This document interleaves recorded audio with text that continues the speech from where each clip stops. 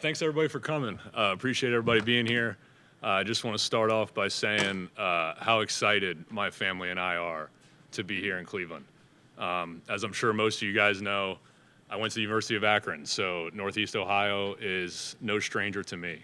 I understand what football means to this area of the country, and I understand what the Browns mean to Cleveland. So that's something we don't take lightly, and we're very excited about. Just a couple thank yous that would like to send out. First of all, to the Haslams and JW for giving us the opportunity to come here. Coach Munkin, Andrew Barry, for having the trust in me and the belief in me to bring me here. Coach Harbaugh, who I worked for 9 years in Baltimore, giving me really a chance in coaching, and having a vision for me. And then last but certainly not least, my family, my beautiful wife, Rebecca. You guys see a little bit of our schedule. It takes a special person to be married to us, a very special and strong person. She is certainly that, and a lot more. And our two sons, Lewis and Archie, who will probably watch this after they get off school today. So listen to mommy, do your homework. Yeah, with that, open it up to questions. Travis, you've been around Todd the last 3 years.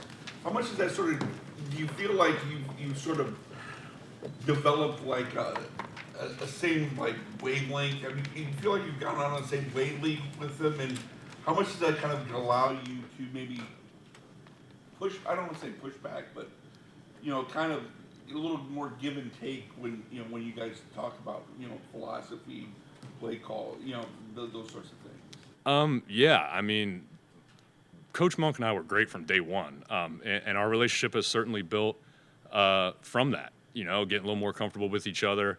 I think how he thinks, and the more we can kind of do that, the better the operation is going to be. As far as like pushback and all that, like that's not really how he operates. I mean, he's a collaborative guy. He wants to listen, and then we decide together. And he believes that with him and I, the whole staff. I mean, that's his philosophy, and it's been like that since I met him. So.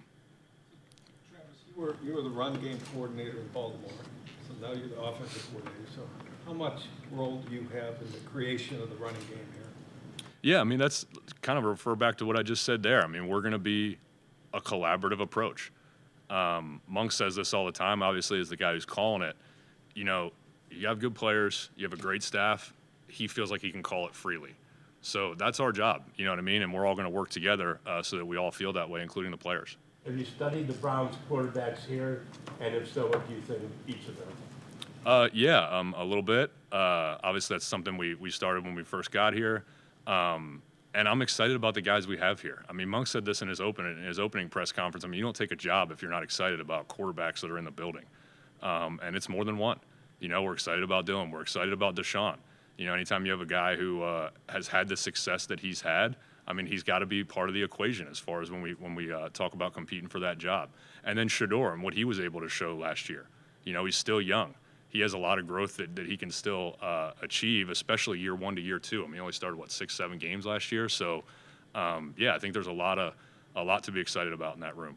Travis, what is the day-to-day, like speaking specifically to your role as run game coordinator, what does the day-to-day look like, and how do you think that will just what value do you think that will bring as you really take on this larger role? Because I remember like Mike McDaniel was run game coordinator of the 49ers, and it was like he was just in his office drawing up plays. But like, what did the day-to-day look like for you? Yeah, I mean, it was like I said, we had our areas, but it was a very collaborative approach in Baltimore as well. Obviously, now as the offensive coordinator, you'll have a hand in a little bit, of other parts of the game as well, a little bit more than I did. But yeah, as far as the day-to-day, I mean, we're all studying our areas, trying to figure out how to attack teams, and then coming up with things and tweaking it when we all get together, to figure out the best way to attack somebody and the best way to play. Just along the lines of quarterbacks and what stands out to you, obviously there's going to be a lot of new additions on the offensive side through the draft and free agency, but as the roster as it stands with the guys you have, what stood out to you is something that excites you, the things that excite you about taking this role and running this offense?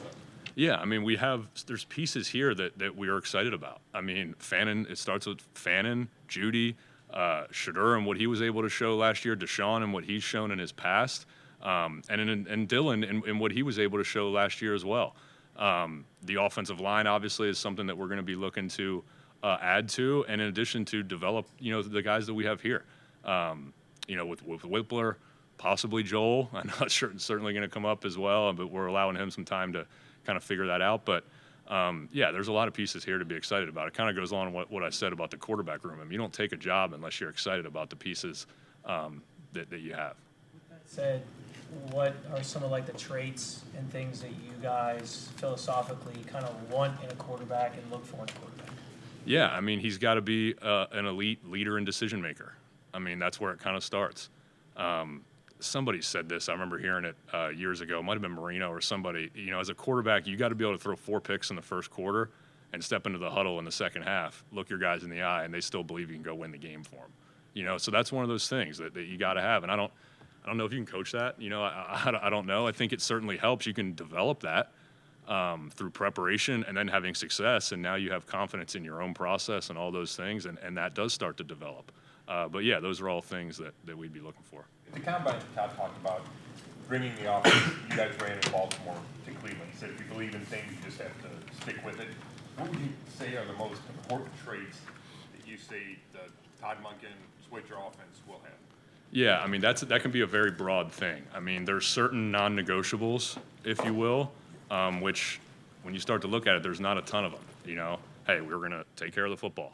We're going to score touchdowns in the red zone, right? We want our guys to be tough, physical, and play fast, right? And then the methods and how that comes together is very wide. And of course, it's going to be built around who you have. That's where it starts. And that's where I think Coach Monk has succeeded in multiple spots that he's had. I mean, there's been people who said, what system does he come from, And I think that's why, because he's able to mold to who he has. Travis, just to go back to your time in college and reading about your career and making 36 consecutive starts, like how did your time as a college athlete and your time at Akron kind of inform you as a coach now, do you think, and just your path getting into the NFL? Yeah, I mean, when you're at that age in life, I think there's a lot of growth that happens no matter where you are. And for me, it was at Akron, and I love my time there. Was able to grow into a man there. Obviously playing, in Division I football, it teaches you a lot of lessons. So yeah, I mean, I couldn't be more complimentary of my time at Akron, and it certainly helped mold me into the coach and the person I am today. When you talk about that you're excited about the quarterbacks that you guys have in the room right now, when you look at what you have, and I'm sure you've watched plenty of film on those guys, if nobody else shows up on the doorstep, do you guys feel like right now you have what you need to accomplish your offensive goals for 2026? Yeah, I mean, certainly. I mean, those things, they tend to work themselves out as far as who that's going to be.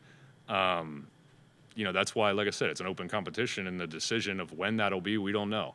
But those things, they have a way. Players win spots, and they have a way of kind of working themselves out. But yeah, we're excited that that's here in the building. How is it that you never became an offensive line coach? I don't know. This coaching thing is weird, man. I mean, I think you kind of find a niche, and you just try to ride the wave, and just keep coming with the opportunities that come to you.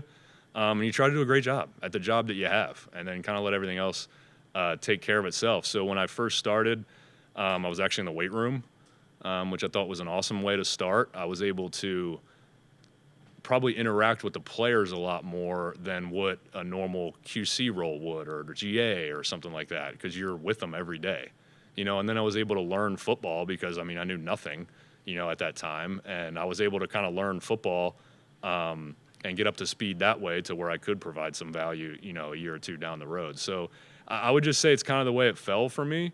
I think I've always had a pretty big picture approach, and outlook to things. So maybe that's what it is. But, yeah, I don't know. I guess it's just kind of the way it fell for me, and trying to ride the wave. How did you end up at Akron? Yeah, so I only had 2 offers. I wasn't a huge recruit. And just like anywhere else, I mean, you fall in love with the staff, and you fall in love with a place. And, you go and you visit, and it just feels right. It's very similar to walking in this building every day. You just kind of know it when you feel it. And, yeah, that's kind of helped that decision for me. How do you assess your wide receiver room? Yeah, I mean, that's obviously something that we're looking at right now too. Anytime you have somebody very similar to the Deshaun, point, you got Jerry Jeudy, who is a very talented player, and that'll be something that we're looking to try to tap into. A skilled player's production year to year, I mean, there's just so many variables that go into that. You know what I mean? I think you can overthink things a lot of times outside of that individual player's control. So we'll be looking at all those things, and we're very excited about Judy and Bond, and then obviously like I said, I mean, I think we include some tight ends in that as well with Fannon's skill set. So we're very excited about our pass catchers here. Travis, when you're talking about your Akron days, did you ever come to any Browns games with your players? Browns, I don't think we ever got to one. It was kind of hard because you're playing and you're worried about it. We did go to a couple now Guardians games, and they were great. I mean, yeah, it was a fun time down here. How about Up here.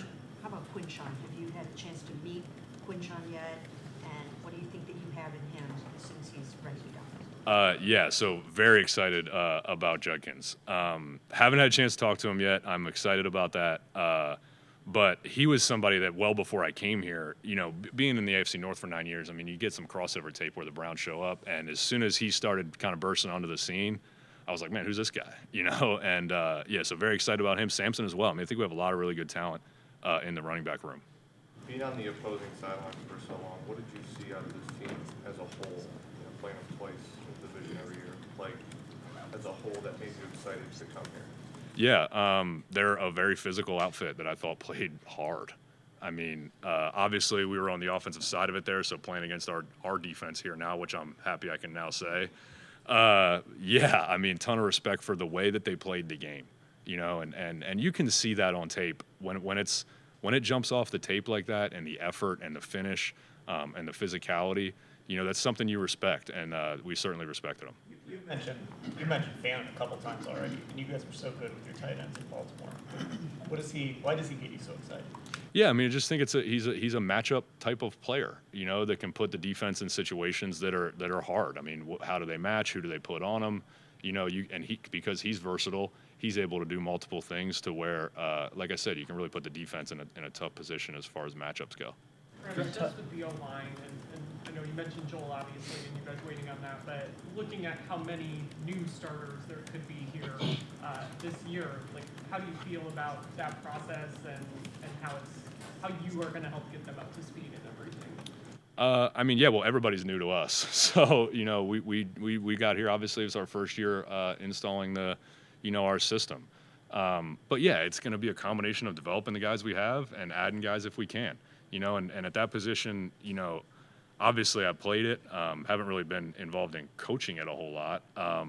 But they are the heartbeat and the tone setters of your offense. And a lot of times it turns into them for the entire team as well, them and the defensive line. So it starts with getting guys who play the way that we want to see, and that's getting after people, running off the ball, throwing your hands in pass pro and finishing, and we have some of those guys here, and then we're going to add more of them as well. So, yeah, we're excited about the future of that position. Do you know whether you'll be up or down on game days yet?